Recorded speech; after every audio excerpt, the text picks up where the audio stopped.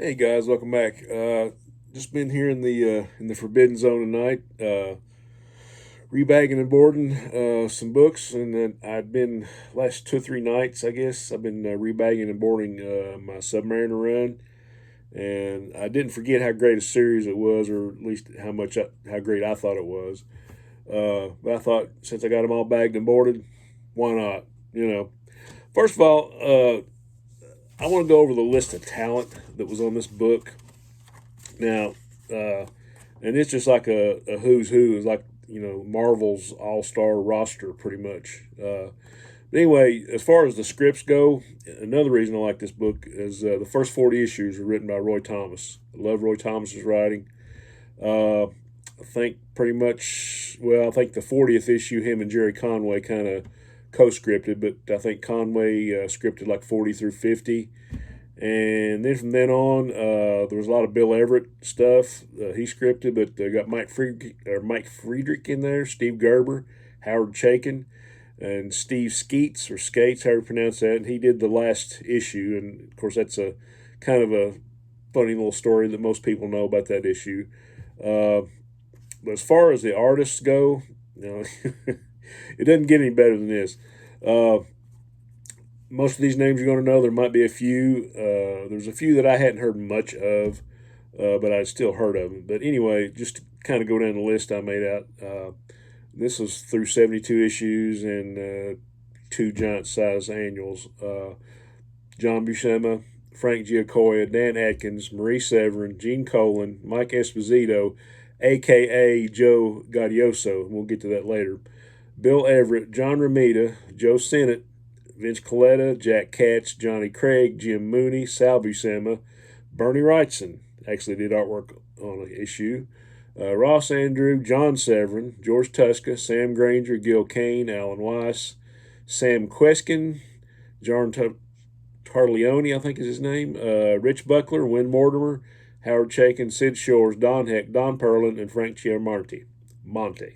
So it's just the whole series has got some great artists in it and some great writers too. So I'm just going to start showing them. I love this series. I had a few as a kid, and you'll probably be able to tell the ones even in new bags. You'll be able to tell the ones that I had when I was a kid.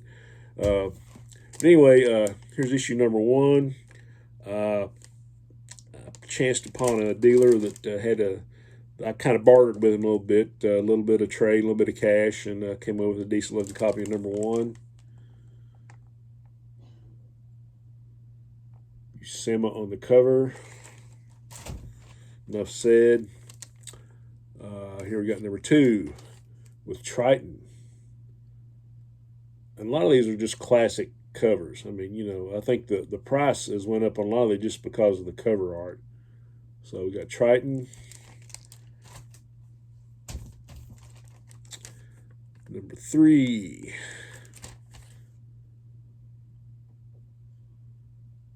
More classic Silver Age. And here's another copy of number three. There are going to be several duplicates in here where I just consciously was trying to upgrade along the way.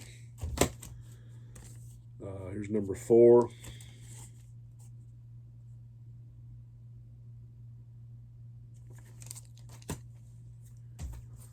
I always loved this character. Probably, I was a DC guy, but between him and Aquaman, he was my guy.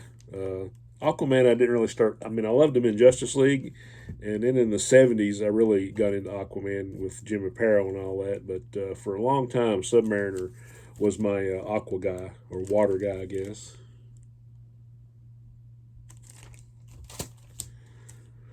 Number five, first appearance, Tiger Shark. Let's look at that.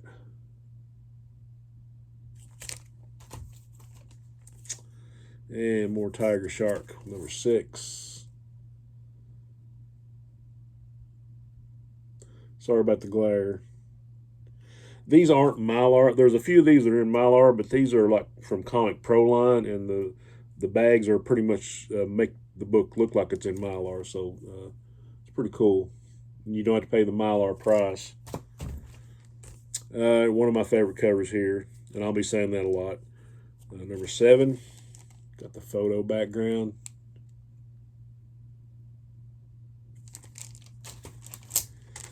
And number 8, I know everybody's seen this one. Classic Namor versus Thing cover, that black background. This is actually a fairly decent copy. It's got a few dings on the spine, but actually pretty nice. Was happy to get that one. Number 9. This looks like a childhood copy, obviously. And even though I was a DC guy, anytime that cousins or friends or whoever wanted to give me comics or I could find comics cheap, I didn't care what it was. I just wanted to read it. I love to read. I love the art. I love to draw. So, it was all kind of the perfect storm for me when I discovered comic books. Number 10. I think John Buscema did like the first several issues, and then there was a lot of stuff by Dan Atkins, Marie Severin. I really loved Marie Severin's stuff on this. Here's number 11.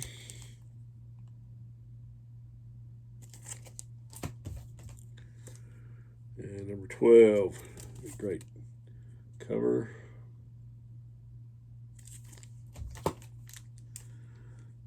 Number 13.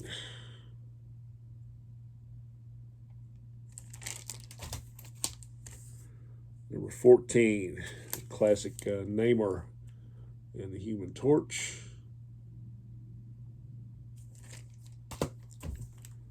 Anybody that read the Golden Age Submariner or the reprints, as I did, lots of great Torch and Namor clashes.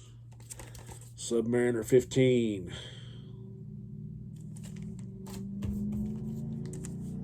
And probably my all-time favorite cover, and like I say that a lot of covers in this series that I love, but this is probably my favorite. This is just great. Love the art, love the colors. Just check that out.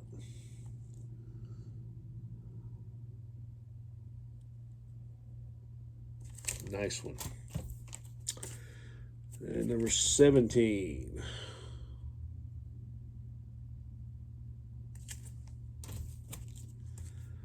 And another number 17. You can tell this is one of my childhood copies. Number 18. Another appearance by Triton.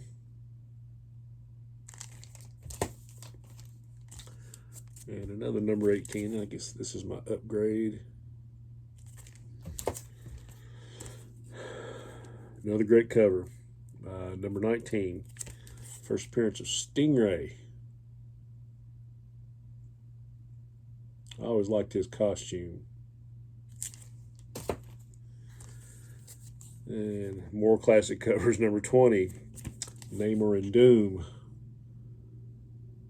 Of course, later on, these two would share a title in the supervillain team up. That is a classic. Or as my friend Dr. Voncello would say, our friend Dr. Voncello, that's a blazer. That's just the way we roll here, folks. Another nice cover. Number 21.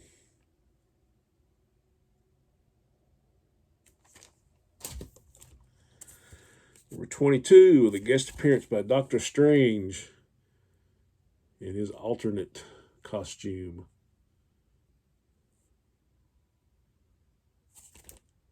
That's a really cool one. Almost looks like a horror cover. Number 23, first appearance of Orca.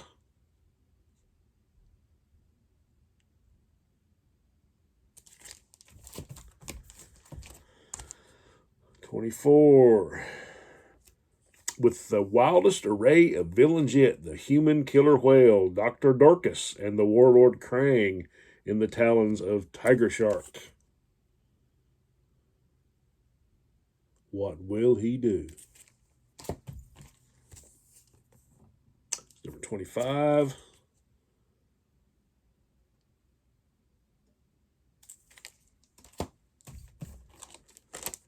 Number 26. guest starring the Red Raven. Who remembers him? And number 27.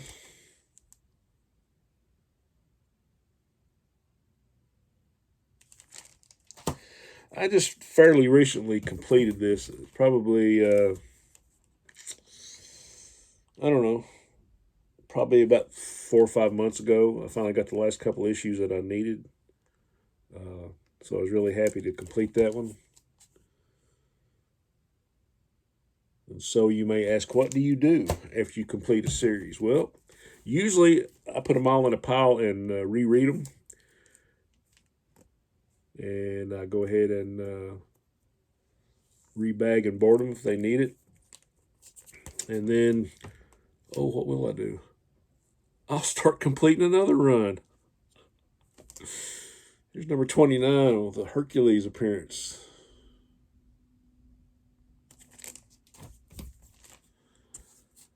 Number 30, guest starring Marvel.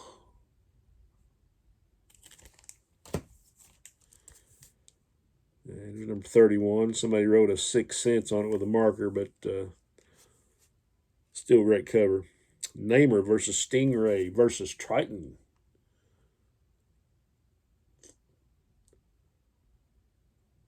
Three-man battle royal. And number 32. What is the startling superpower of the girl called Lyra?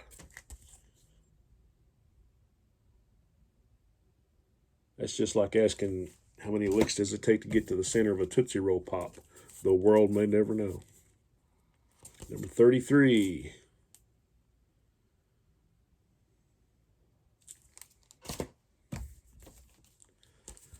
And number 34. Number 34 and 35, most of you know, are kind of sort of the beginnings of the Defenders, but there's actually 3 issues before this in different books. They're actually the actual beginnings of the Defenders. And I'll get into that in another video. But this is pretty cool. First time all 3 of them are together. Minus Doctor Strange, of course. A great story. Number 34, and here's number 35. Guest starring the Avengers. Who wouldn't want to read that book, right? Pure, I guess that's early bronze. Pure early bronze gold right there. And number 36.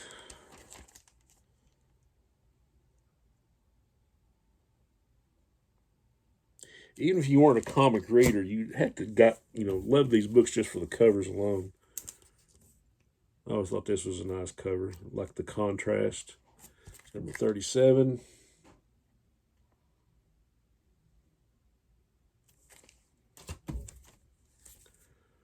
Number 38.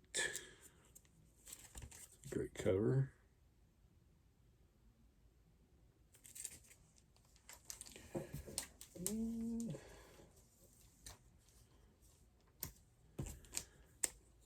And there's another 38. And 39. This actually has inks in it by Bernie Wrightson. Early Bernie Wrightson work. Number 40. Guest starring Spider-Man.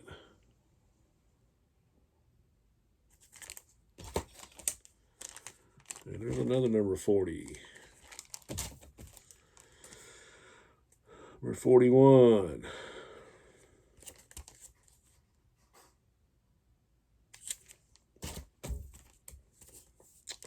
And another number 41. This looks like a childhood copy. And 42. That just might be a Gil Kane cover. And still just 15 cents. But then the next month, there's another 42. But the month after that, they were going to rob you. They were going to charge you an extra dime for this one. Number 43. And it's got everything I like about an early bronze Marvel comic. It's a square bound. It's a picture frame cover. I mean, you know, it's Submariner. What else you want? All right. Let's get to the second half here. And here is number 44. Another what I would call iconic cover, Torch and Namor.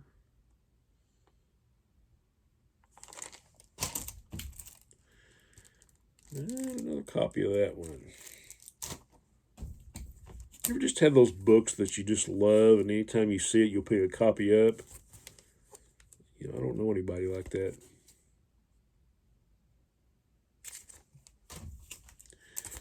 And there's number 45 with more Tiger Shark and Human Torch picture frame cover. And there's another one. And here's another one, 46. Get that. More Stingray, more picture frame cover goodness. What's not to like? And another Doctor Doom cover, number 47.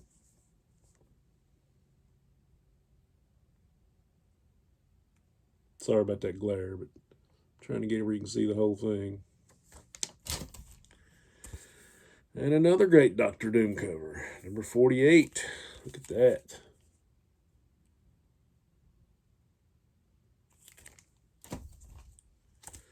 And another number 48, just because that one had some writing on it. Uh-oh, here comes MODOK, number 49.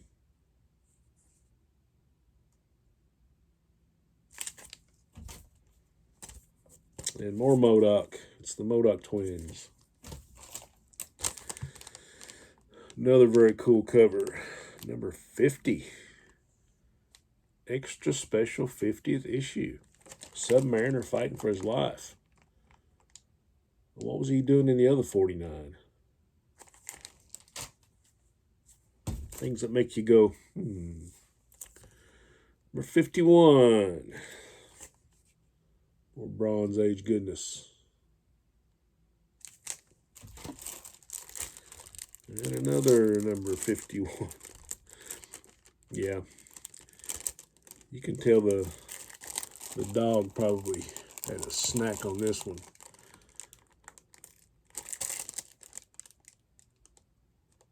I'm just kind of wondering why it's in Mylar. I must have bought it that way.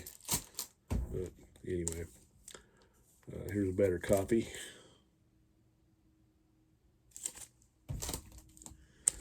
And number 52 with Sunfire.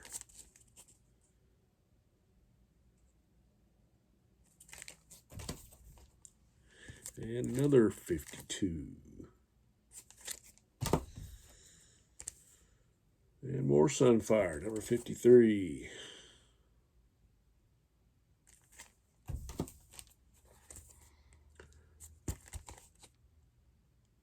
And another 53. Number 54, At the Mercy of the Sea Devils. That's not the Sea Devils I remember.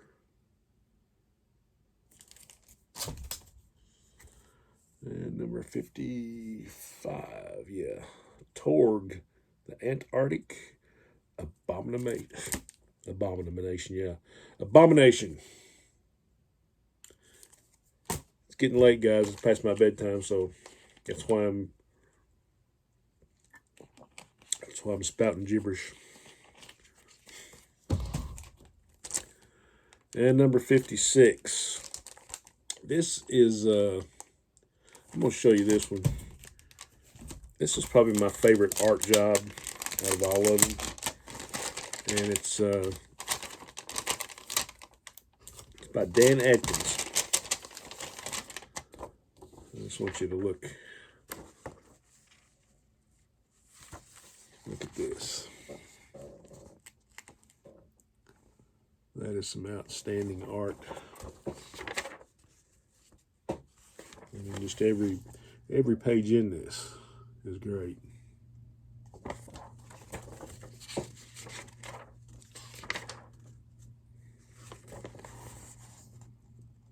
Love the composition, love the storytelling, love the detail. And I always loved Dan Atkins' work. I don't know why you don't hear about him more. Well, you're hearing about him now.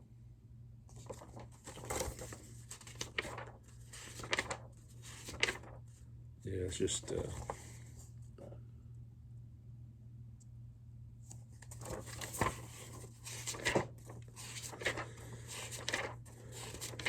so I'll give this one of my highest personal recommendations as far as story and art, or storytelling and art. Man, look at those ads.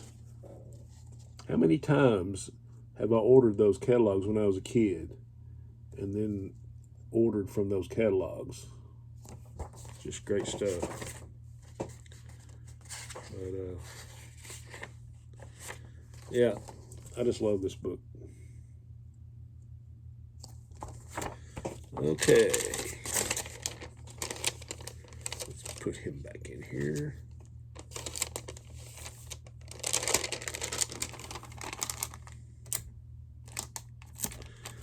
Number 56, don't forget. Number 57.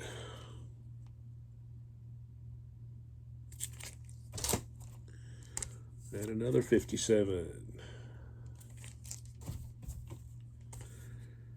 And this is number 58. I'm kind of sure this was a childhood copy. But I did upgrade this one. Oh, here's Mr. Kane on the cover. The illustrious Mr. Katz himself. And another one. I guess I had to make up for the really ratty copy and get two nicer copies. That's my story, and I'm sticking to it. Number 59 with a big Thor appearance. Another one of those, how could you not want that book? And number 60, great action shot of Namor coming at you. And another one. And another one's gone, and another one's gone. Another one bites the dust. And number 61, the Hellspawn of Dr. Hydro.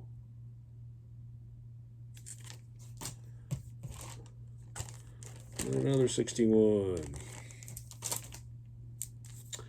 And here's 62. Pretty sure this is a childhood copy.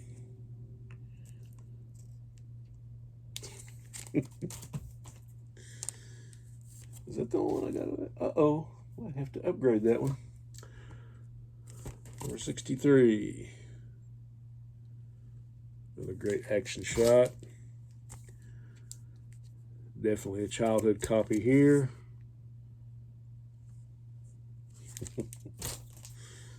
And a better copy into my later childhood, probably my 40s or 50s. And number 65, the Savage Submariner. Gotta say, I wasn't as big a fan of that logo as I was the other one.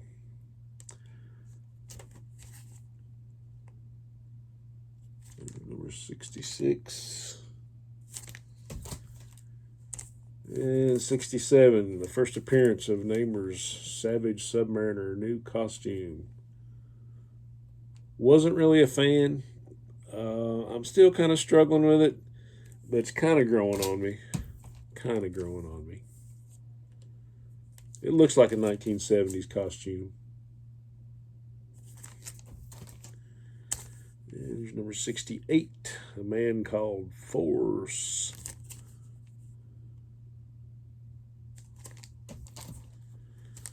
Number 69, got a nice Spider-Man cover and appearance in this one.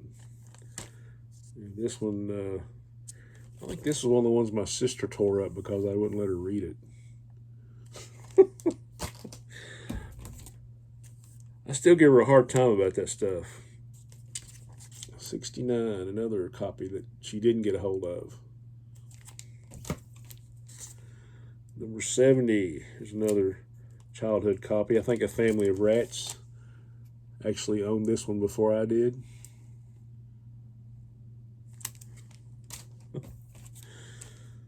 There's another copy of 70. Less rat chewed on that one. 71. We're getting close to the end now. And another 71.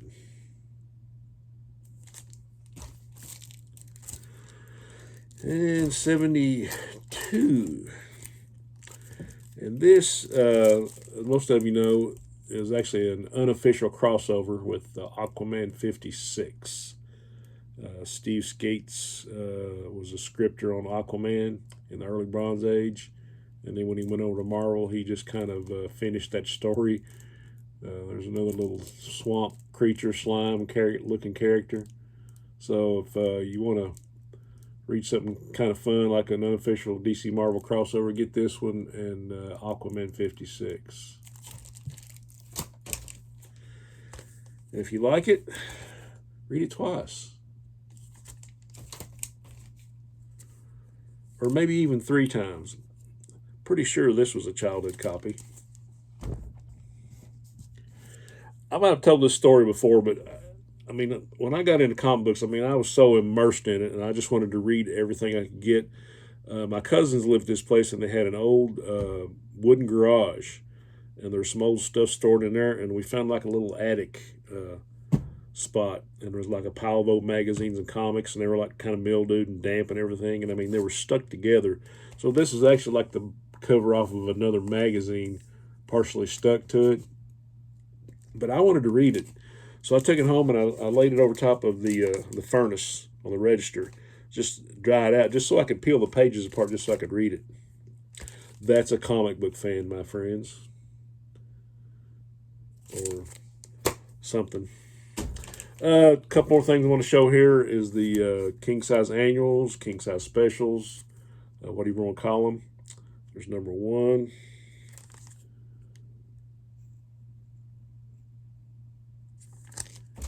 And here's a couple copies of number 2. The covers are great. The art, I'm going to show you.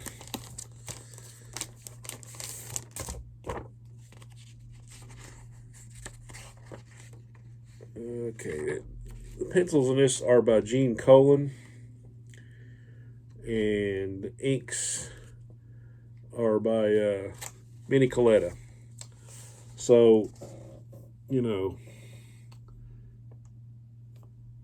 you be the judge.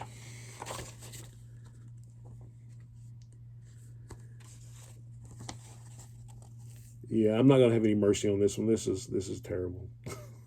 Story was good. It just if they just left Colan alone, maybe just reproduced his pencils or something. I don't know. Same thing with this one. Great cover, but you know, Colan with Coletta on the inks. I know Coletta has his fans. Some of the stuff I really don't think is that bad. Some of it, but you know, not on this. Okay, guys. Hope you enjoyed this as much as I did. I am going to head to bed.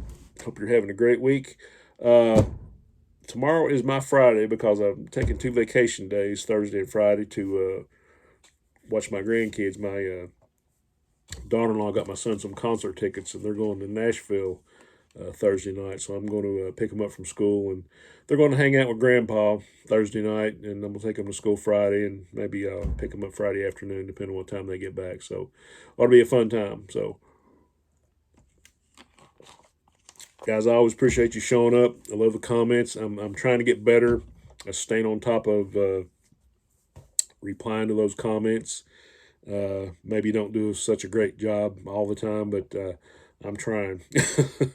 So, like I said, hope you're having a great week. And as always, onward and upward.